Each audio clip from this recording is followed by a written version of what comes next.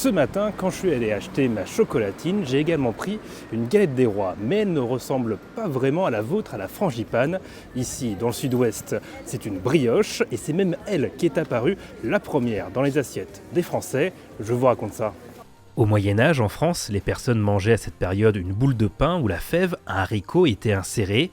La recette s'est perfectionnée pour devenir une brioche, garnie avec du sucre et parfois des fruits, pour devenir la brioche des rois. Alors là, ça c'est les rois, ce qu'on appelle les rois, qui sortent des tubes, qui vont être dorés, sucrés et mis au four à 163 degrés pendant 10 minutes, un quart d'heure. C'est une pâte briochée avec des parfums, zeste d'orange, fleurs d'oranger, très peu sucrée.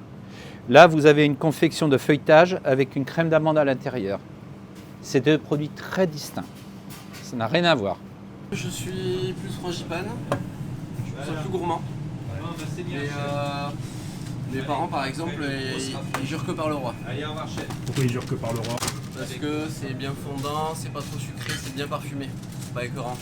La frangipane est-elle apparue en France au XVIe siècle grâce à Marie de Médicis, qui a ramené la recette d'Italie et l'a popularisée à la cour de France, alors que la brioche des rois est restée cantonnée au sud. J'avais jamais ça à Paris. En Bretagne, je ne l'avais pas. Dans le nord de la France, on ne l'a pas. C'est la spécificité de la région avec le Limoux. Ça sera la même présentation avec des fruits confits à l'intérieur. Quand ça sort du four et que vous amenez ça chaud au magasin, ça parfume toute l'ambiance. Ça donne envie de croquer dedans. Et vous, vous préférez quoi pour janvier ? La frangipane ou la brioche des rois ? Dites-nous ça en commentaire.